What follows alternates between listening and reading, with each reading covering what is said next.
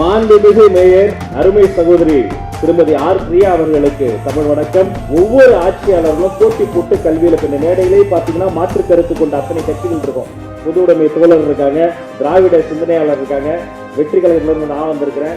எங்களுக்குள்ள அரசியல்ல போட்டி இருக்கலாம், ஆனா பசங்களுடைய கல்வியில வந்துட்டா எல்லாரும் ஒன்னாதான் நிற்போம். உங்களுடைய கல்விக்காக ஒற்றுமையா நிற்போம், உங்களை உயர்த்துவதற்காக போட்டி போட்டு வேலை பார்ப்போம். மேல இருந்து உங்க முகத்தையெல்லாம் பார்க்கும்போது அவ்வளவு சந்தோஷமா இருக்கு. ஒரு பரீட்சையை தாண்டி முடித்து மதிப்பெண்கள் வாங்கி குவித்து இன்னைக்கு இந்த மேடையில வந்து நீங்க வாங்க போறீங்க பாருங்க பரிசு. உண்மையிலே உங்க அப்பா அம்மாக்கு இன்னைக்குதான் வாழ்க்கையிலே ஏதோ ஒரு நோபல் பரிசு கிடைக்கிறது போல ஒரு சந்தோஷம். என் புள்ள வந்து சாதிச்சா அப்படின்ற ஒரு சந்தோஷம். யோசிச்சு பாருங்க, அப்பா அம்மாவை நாம சூஸ் பண்ணல. யாராவது கேட்டோமா இந்த அப்பா இந்த அம்மா இந்த ரெண்டாவது தெரு வேண்டாம் இந்த முதல் தெரு அனுப்புங்க அப்படி கடவுள் கிட்ட ஆர்டர் பண்ணி ஸ்விக்கிலியா வந்தோம் இல்ல. இது வாய்த்தது. தாயும் தந்தையும் தானமும் தர்மமும் நமக்கு வாய்த்தது. ஆனா நாமளா உலகத்துல ஒரு ரிலேஷன்ஷிப்பை சூஸ் பண்ண முதல் ரிலேஷன்ஷிப்ல தெரியுமா? நண்பன். ஒரு நல்ல ஃப்ரெண்ட் ஒருத்தன் வாழ்க்கையில இருந்தா நம்ம ஜெயிச்சிட முடியும். நல்ல நண்பன் யாரு?